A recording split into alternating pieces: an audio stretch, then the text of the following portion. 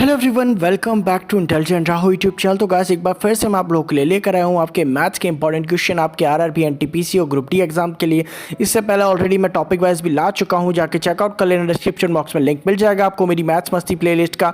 इसके अलावा आप लोग मेरे लास्ट वीडियो भी चेकआउट कर सकते हो, चाहे जीके हो, जीएस हो, हर सब्जेक्ट के आपको वीडियोज़ मिल जाएंगे। जाके डिस्क्रिप्शन बॉक्स में लिंक पड़ा होगा तो चेकआउट कर लो जाके उसको। और चलो ये वाला वीडियो शुरू करते हैं। अगर शुरू करने से पहले मैं आपको बता दूँ, अगर आप लोग चैनल पर नए हो तो सब्सक्राइब करो, बेल आइकन को दबाओ, क्योंकि इस टाइप की वीडियोस मैं लाता रहता हूं। और आपकी ये जो मैं आपके मैथ्स के क्वेश्चन करवा रहा हूं, ये आपके आरआरबी एनटीपीसी और ग्रुप डी एग्जाम्स के हिसाब से काफ़ी इंपॉर्टेंट है। तो यार इन पूरे क्वेश्चंस को करके जाना। तो चलो शुरू करते हैं।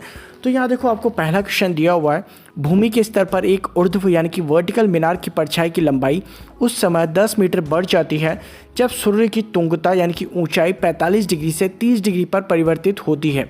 तो मीनार की ऊंचाई बताएं। ठीक है, तो यहाँ पर हम सबसे पहले तो एक डायग्राम बना लेते हैं।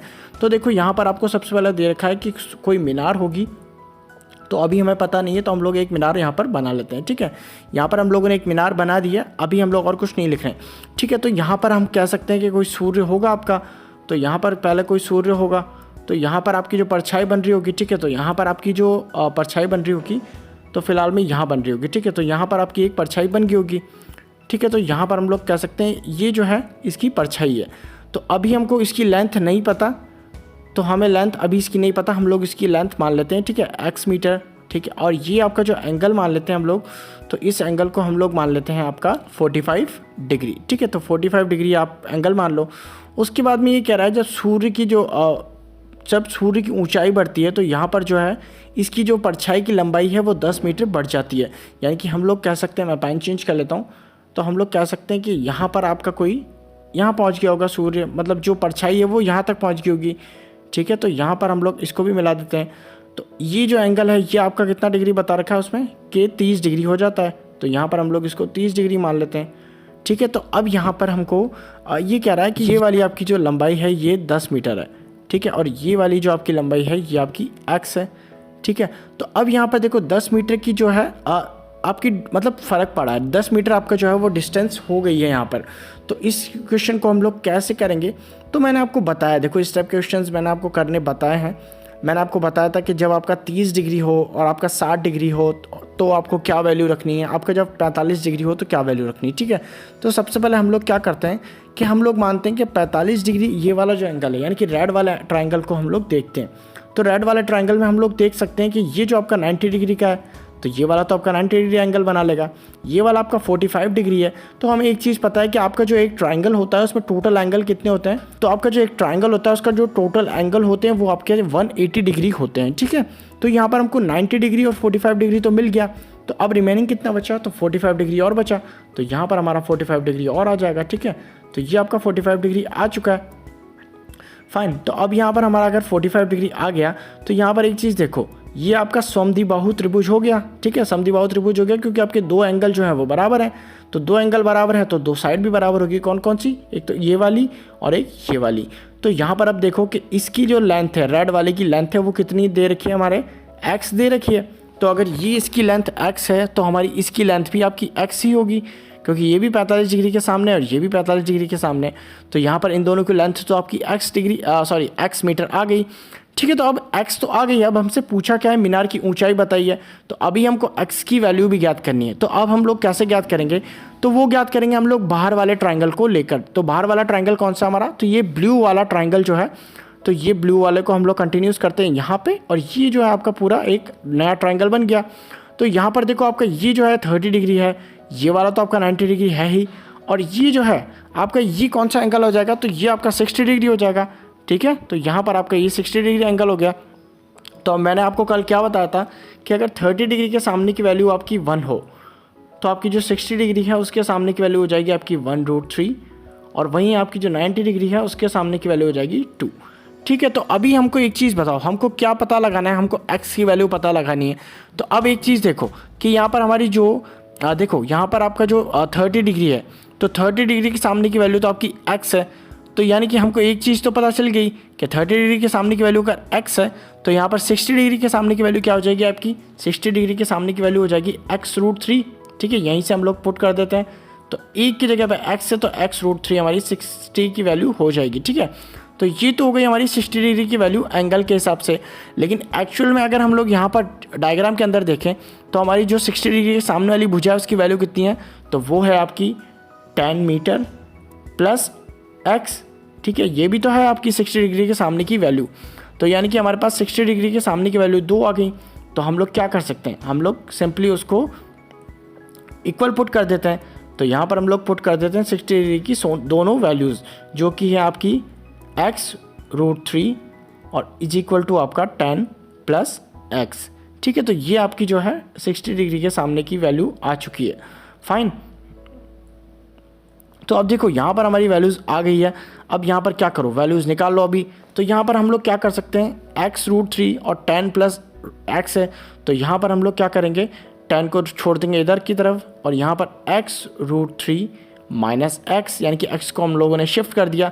अब यहाँ पर क्या कर सकते हैं हम लोग, तो देखो यहाँ पर x अगर हम लोग कॉमन लेते हैं तो यहाँ पर हमारे पास अंदर क्या आ जाएगा, √3 माइनस 1, और यहाँ पर आपका 10 है ही सही। ठीक है, उसके बाद में क्या कर सकते हो, x को इधर ही रहने दो, इधर की साइड में 10√3 को लेके आ जाओ। तो यहाँ पर आपका क्या हो जाएगा, 10/√3 माइनस 1। तो ये आपका 10/√3 माइनस 1 एक्स की वैल्यू आ गई। लेकिन हमको एक चीज़ पता है कि एक्स की जो अंडर रूट की वैल्यू होती है वो कभी नीचे नहीं होती। तो हम लोग क्या कर सकते हैं, √3 माइनस 1 की जो अपोजिट होता है, यानी कि √3 + 1, तो उसको आप लोग ऊपर नीचे मल्टीप्लाई कर दो। तो √3 + 1 ऊपर यहाँ पर मल्टीप्लाई और √3 + 1 यहाँ मल्टीप्लाई। तो हम लोगों ने ऊपर नीचे मल्टीप्लाई कर दिया इसके अपोजिट को। तो यहाँ पर हम लोग जैसे मल्टीप्लाई करते हैं तो हमारे पास क्या निकल के आ जाएगा, हमारे पास आ जाएगा 10√3 + 1 और अपॉन नीचे आपका a + b और a - b से आपका a² - b² का फॉर्मूला लग जाएगा। यानी कि a² तो आपका हो गया √3 का स्क्वायर यानी कि 3, और जो b² है वो होगा 1 का स्क्वायर यानी कि -1। तो यहाँ पर आपका क्या वैल्यू बची, तो यहाँ पर आपकी वैल्यू बची 10√3 नीचे लिखता हूँ मैं। तो यहाँ पर आपकी वैल्यू बचेगी 10√3 + 1 और अपॉन में आपका 3 - 1 यानी कि 2। तो 2 से आपका जाएगा 5 बार, दैट मीन्स आपके पास आंसर आ गया 5√3 + 1, और यही आपका आंसर होगा x का। और यही जो है आपकी वैल्यू हो जाएगी किसकी, इस मीनार की। तो यहाँ पर आपका कौन सा वाला आंसर सही होगा, ऑप्शन 1। ठीक है, अब नेक्स्ट क्वेश्चन देख लो। तो यहाँ पर देखो आपको ये अलजेब्रा का क्वेश्चन है। तो यहाँ पर आपको x + y = 2z हो तो आपका x/x - z plus z/y - z का मान क्या होगा। ठीक है, तो यहाँ पर आप लोग इसको ट्राई भी कर सकते हो, वीडियो को पॉज करके चाहो तो, और अगर नहीं आता तो मैं सीधे बता ही रहा हूँ आपको। तो यहाँ पर देखो हमको दे रखा है x + 2y = 2z। तो यहाँ पर हम लोग को इसको ऐसे भी लिख सकते हैं कि x + y = z + z। ठीक है, ये भी तो 2z हो गया आपका। तो यहाँ पर अब हम लोग क्या कर सकते हैं, आपका x और -z इधर ले आते हैं और यहाँ पर आपका जो है z -y को इधर ले जाते हैं। ठीक है, तो अब एक चीज़ देखो, x - z तो हमारे पास यहाँ है। ठीक है, दूसरी वैल्यू क्या है, y - z, पर हमारे पास तो यहाँ z - y आ रहा है। ठीक है, तो हम इसको भी y - z बना सकते हैं क्या, कोई तरीके से तो हम बना सकते हैं। अगर हम लोग माइनस को बाहर कॉमन ले लेते हैं तो यहाँ पर हम लोग क्या कर सकते हैं, तो z - y में हम लोग क्या करते हैं, माइनस बाहर कॉमन ले लेते हैं। तो हमारे पास जो है यहाँ पर y - z आ जाएगा और ये भी माइनस का होगा। ठीक है, तो y - z हमारा z - y के इक्वल हो गया। ये जो था इसके इक्वल था x - z के, तो हमारे पास क्या निकल के आ गया, x - z = माइनस का y - z। ठीक है, तो हमारे पास अब आ गया ये वैल्यु। तो अब हम लोग क्या कर सकते हैं, इसको इक्वेशन में पुट कर देते हैं। हमारे पास इक्वेशन क्या है, तो मैं यहाँ पर लिखता हूँ। तो देखो हमारे पास इक्वेशन है यहाँ पर, तो यहाँ पर देखो आपको x/x - z दे रखा है। ठीक है, प्लस आपका क्या दे रखा है, z/y - z दे रखा था। ठीक है, तो प्लस अब y - z दे रखा था। ठीक है, तो अब यहाँ पर हम लोग क्या कर सकते हैं, देखो x - z = -y - z लिख रखा है आपको। ठीक है, यानी कि आपको क्या करना होगा कि x/x - z को तो ऐसा का ऐसा ही लिखो। तो यहाँ पर देखो अब हमारे पास क्या था, y - z तो यहाँ दे रखा है, लेकिन हमारे पास तो क्या था, हमारे पास था माइनस का y - z। ठीक है, तो हम लोग वही पुट करेंगे। तो हम लोगों ने क्या करा है, माइनस का y - z पुट कर दिया। तो अब यहाँ पर एक चीज़ देखो, माइनस का y - z हमको पता है क्या था, हमें ये पता है कि वो x - z के इक्वल था। तो यहाँ पर हम लोग क्या कर सकते हैं, यहाँ पर सिंपली हम लोग ऊपर x अपॉन यहाँ पर x माइनस जेड होगा और प्लस और ये वाला माइनस, तो ये वाला माइनस जो इधर चला जाएगा तो यहाँ पर आपका माइनस आ जाएगा और यहाँ पर आपका z होगा और ये जो है आपका y माइनस जेड ऐसा का ऐसा ही लिखाई में आ जाएगा। तो y माइनस जेड आपका किसके इक्वल है, x माइनस जेड के। तो यहाँ पर हम लोग इसको क्या लिख सकते हैं, अब हम लोग इसको भी x माइनस जेड लिख सकते हैं। तो मैं एक स्टेप और करके बता देता हूँ यहाँ पर। तो यहाँ पर देखो अब हम लोग क्या लिख सकते हैं इसको, इक्वेशन को, तो हम लोग लिख सकते हैं x upon x minus Z और यहाँ पर आपका जो z था अपॉन और y माइनस जेड की जगह हम लोगों ने क्या लिख दिया, x माइनस जेड एक बार फिर से, ठीक है, क्योंकि ये इक्वल ही तो थे। तो यहाँ पर अब आपका इक्वल आ गया तो यहाँ पर हम लोग x माइनस जेड को नीचे लिख देते हैं, कॉमन ले लेते हैं और ऊपर आपका जो है इधर से भी x आ जाएगा और इधर आपका माइनस जेड आ जाएगा। तो इससे आपका ये कट जाएगा, यानी कि आपका आंसर कितना आ गया, 1, ठीक है। तो आई होप समझ में आ गया होगा, एक बार फिर से बता देता हूँ। तो यहाँ पर सबसे पहले हम लोगों ने इक्वेशन को लिखा, यहाँ पर x माइनस जेड जो था आपका उसको लिखा x plus Y is equal to Z plus Z लिख दिया। एक z को हम लोग इधर ले गए, दूसरे z को हम लोग ने उधर ही छोड़ दिया और y को उधर ले गए। तो यहाँ पर जो आपका माइनस जेड माइनस वाई आ गया था और यहाँ पर हम लोग ने उसको उल्टा करके y माइनस जेड कर लिया और नीचे लेकर आए हम लोग, यहाँ पर y माइनस जेड की जगह हम लोगों ने वैल्यू पुट कर दी, ठीक है। अब नेक्स्ट क्वेश्चन देखो, तो यहाँ पर आपका sine theta plus cos theta is equal to √2 cos 90 minus theta की वैल्यू आपसे पूछिए, सॉरी कॉट थीटा की वैल्यू आपसे पूछिए। तो अब एक चीज़ देखो, यहाँ पर ये आपका ट्रिग्नोमेट्री का क्वेश्चन है, हम लोग इसको कैसे करेंगे तो देखते हैं। तो यहाँ पर हम लोगों ने लिखा साइन थीटा प्लस आपका cos theta is equal to आपका √2 और कॉस और 90 माइनस थीटा है, तो अभी हम लोग इसको ऐसे ही लिख देते हैं 90 माइनस थीटा, ठीक है। तो अब इसको वापस से लिखेंगे तो sine theta plus cos theta is equal to अब √2 और कॉस 90 माइनस थीटा हम लोग को पता है क्या होता है, तो आपका ये होता है साइन थीटा। तो यहाँ पर आपका ये साइन थीटा हो गया, ठीक है। तो अब हमें यहाँ पर क्या बनाना है, इसको कॉट थीटा की वैल्यू हम लोगों को पता करनी है। तो कॉट थीटा हमको पता है कब होता है, जब आपका कॉस बाय साइन होता है, ठीक है। तो कॉट थीटा आप सभी को पता होगा कि आपका जो कॉट थीटा होता है वो आपका कॉस बाय साइन होता है, ठीक है, ये आप सभी को पता ही होगा। तो यहाँ पर हम लोग क्या करते हैं, इस पूरी इक्वेशन में हम लोग साइन से डिवाइड कर देते हैं। तो जैसे हम लोग यहाँ पर साइन से डिवाइड करेंगे तो यहाँ पर आपका साइन थीटा आ जाएगा अपॉन में, यहाँ पर भी आपका साइन थीटा आ जाएगा अपॉन में और यहाँ पर भी आपका साइन थीटा आ जाएगा अपॉन में। तो यहाँ पर आपका इससे साइन कट गया, यहाँ पर आपका साइन से साइन कट जाएगा, यहाँ पर आपका कॉस और साइन आ चुका है। तो अब हम लोग क्या कर सकते हैं, यहाँ पर आपका ये साइन से साइन एक बार कटा, एक प्लस आपका यहाँ पर कितना आ गया, कॉस और साइन आपका आ गया कॉट थीटा और इज इक्वल टू √2 और यहाँ पर एक से एक बार कटा और ये एक बार मल्टीप्लाई हो जाएगा इससे, ठीक है। अब यहाँ पर आपका जो है कॉट थीटा और इज इक्वल में आपका √2 और -1, तो आपका √2 -1 आएगा कॉट थीटा की वैल्यू। तो यहाँ पर देख लो कौन सा आंसर है, तो आपका ऑप्शन 4 आपका राइट आंसर होगा, ठीक है।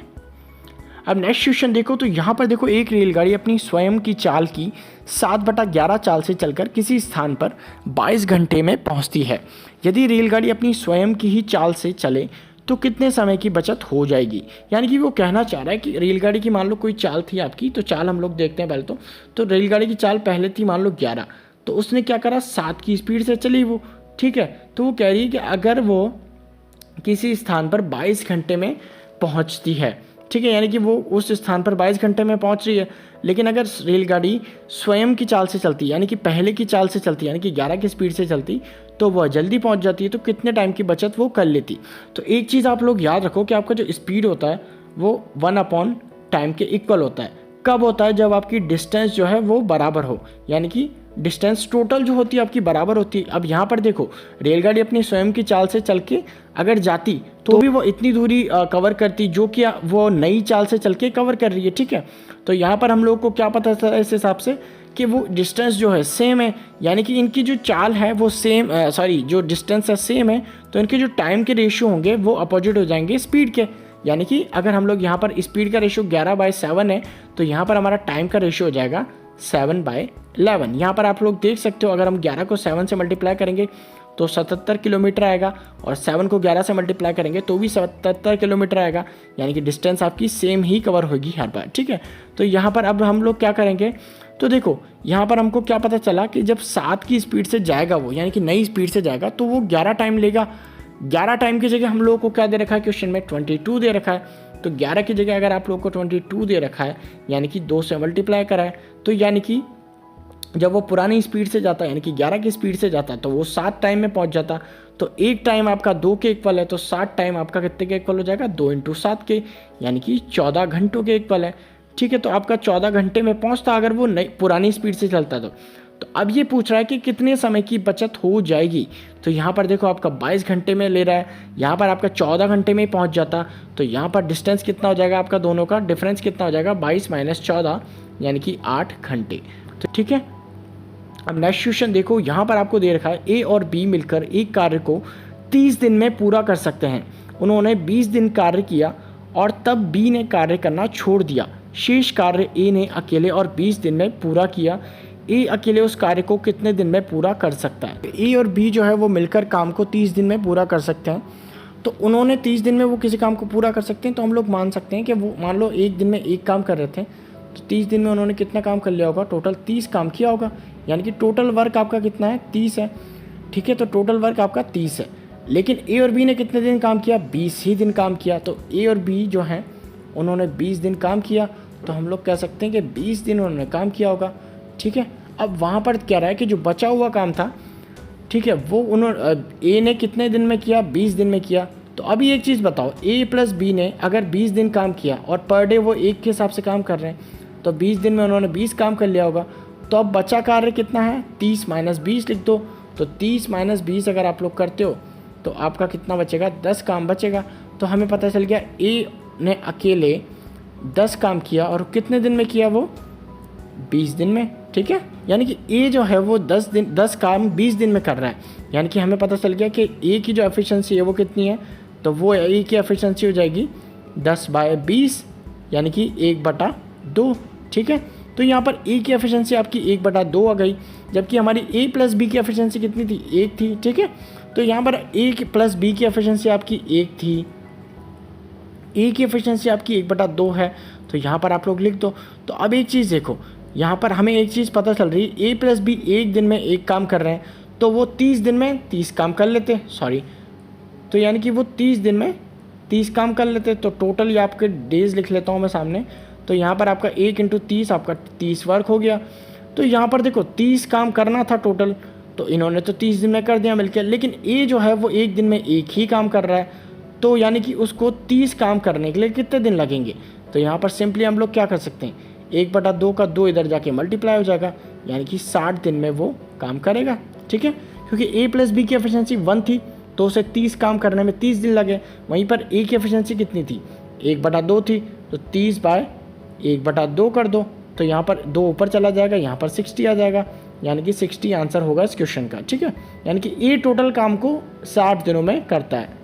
अब नेक्स्ट क्वेश्चन देख लो, यहाँ पर अलिप्ता को उसके पिताजी ने कोई धनराशि कितने वर्षों में 6% साधारण ब्याज की दर से उस धन और उस पर मिलने वाले ब्याज का अनुपात 10:3 हो जाएगा। ठीक है, तो यहाँ पर अलिप्ता जो है उसके पिताजी ने उसको कोई राशि दी थी 6% साधारण ब्याज की दर से, और उस पर मिलने वाला जो ब्याज है और जो वो राशि है तो वो 10:3 में है। तो इस टाइप के क्वेश्चंस को करने के लिए सबसे ईजी तरीका है कि इसके फॉर्मूले पे आप लोग जाओ। तो फॉर्मूला अगर आपको पता नहीं है मैं बता देता हूँ, P × R × T/100, और ये होता है आपका SI का फॉर्मूला। ठीक है, तो P आपका हो जाता है प्रिंसिपल, R आपका हो गया रेट ऑफ इंटरेस्ट और T आपका हो गया टाइम, और अपॉन 100 है और ये SI है। तो अब एक चीज़ देखो कि हमको क्या दे रखा है, ब्याज का जो अनुपात है वो 3 है, यानी कि हमें क्या क्या दे रखा है यहाँ पे, तो हमें फ़िलहाल तो देखो 10 दे रखा है, और उसके बाद में रेट ऑफ इंटरेस्ट भी दे रखा है 6, और यहाँ पर टाइम नहीं दे रखा, तो T लिख दो, अपॉन में 100 लिख दो, और यहाँ पर SI की वैल्यू हमको रेशियो में दे रखी है तो वो भी 3 लिख दो। ठीक है, तो अब हम लोग क्या कर सकते हैं, T को इधर ही रहने देते हैं और बाकी वैल्यू को इधर ले जाते हैं। तो 3 ये आपका ब्याज है, 10 और 6 इधर से आएगा नीचे चला जाएगा, और 100 इधर से जाएगा तो ऊपर चला जाएगा। 3 से 6 2 बार कट जाएगा, और 10 से 100 10 बार कट जाएगा, और 2 से ये 5 बार कट जाएगा। दैट मीन्स T = आपका 5 ईयर्स आ जाएगा। ठीक है, तो ये आपका मिक्सचर से आपका क्वेश्चन है। तो यहाँ पर देखो, एक बर्तन में पानी और दूध 1:2 के अनुपात में मिश्रित किए गए तथा दूसरे बर्तन में 3:4 के अनुपात में दोनों प्रकार के मिश्रणों में से 1-1 किलोग्राम मिश्रण को लेकर मिलाया जाता है। नए मिश्रण में पानी व दूध का क्या अनुपात होगा। ठीक है, तो हम लोग पहले लिख लेते हैं इसके रेशियो को जो हमको दे रखा है। तो यहाँ पर हम लोग मिल्क और वाटर लिख देते हैं। पहला जो मिश्रण है उसमें आपका कितना है 2:1 है, ठीक है। ये देखो पानी और दूध का दे रखा है ना, तो मिल्क और वाटर मैंने लिखा है, तो यहाँ पर उल्टा लिखा है। यहाँ पर दूसरे वाले का क्या है, 3:4 है, तो दूध का तो 4 है और पानी का 3 है, ठीक है। तो यहाँ पर ये कह रहा है कि दोनों मिश्रण में से 1-1 लीटर उठा के किसी अन्य में डाला होगा, तो नए जो मिश्रण हुआ उसमें कितने रेशियो में पानी और दूध होगा। तो यहाँ पर सबसे पहले तो एक चीज़ देखो, यहाँ पर हम लोगों को क्या करना है, अगर हम लोग दोनों मिश्रण में से 1-1 लीटर डाल रहे हैं तो पहले ये मिश्रण तो बराबर होने चाहिए ना, कि ये मिश्रण भी अलग अलग होंगे। तो यहाँ पर देखो पहला 2 + 1 यानी कि टोटल मिश्रण कितना होगा, 3 का होगा। वहीं पर 4 और 3 टोटल मिश्रण कितना होगा, 7 का होगा, ठीक है। तो ये मिश्रण ही आपके बराबर नहीं है, तो हम लोग रेशियो कैसे करेंगे, तो पहले इन दोनों मिश्रण को हम लोग बराबर करेंगे। तो उसको करने के लिए क्या कर सकते हैं हम लोग, 3 को हम लोग 7 से मल्टीप्लाई कर सकते हैं और 7 को हम लोग 3 से मल्टीप्लाई कर सकते हैं, ठीक है। तो जैसे हम लोगों ने ये किया तो अंदर वाली जो वैल्यू है उसमें भी मल्टीप्लाई होगा, यानी कि यहाँ पर आपका 4 भी 3 से मल्टीप्लाई होगा, यहाँ पर आपका 3 से मल्टीप्लाई होगा, इधर आपका ऊपर 2 आपका 7 से मल्टीप्लाई होगा और 1 भी आपका 7 से मल्टीप्लाई होगा, ठीक है। क्योंकि बाहर मल्टीप्लाई हुआ है तो अंदर भी मल्टीप्लाई होगा। तो यहाँ पर देखो मिल्क का रेशियो हमारे पास नया क्या आ गया, तो वो आपका आ गया 14, ये 1 का 14 और यहाँ पर 7, ठीक है। और टोटल आपका कितना हो गया, ये 21 हो गया। उसके बाद में आपका यहाँ पर 4 तिया 12 यानी कि 2 का आपका कितना आ गया 12 और आपका यहाँ पर 3 तिया 9 और ये भी आपका 21 हो गया, यानी कि आपके मिश्रण जो है बराबर हो चुके हैं। अब हम लोग इसमें से 1-1 लीटर करके निकाल लेंगे। तो यहाँ पर क्या करो, सिंपली इनको जोड़ दो। तो सिंपली जोड़ने के लिए हम लोग क्या कर सकते हैं, तो यहाँ पर 14 और 12 कितना हो गया आपका 26 हो गया।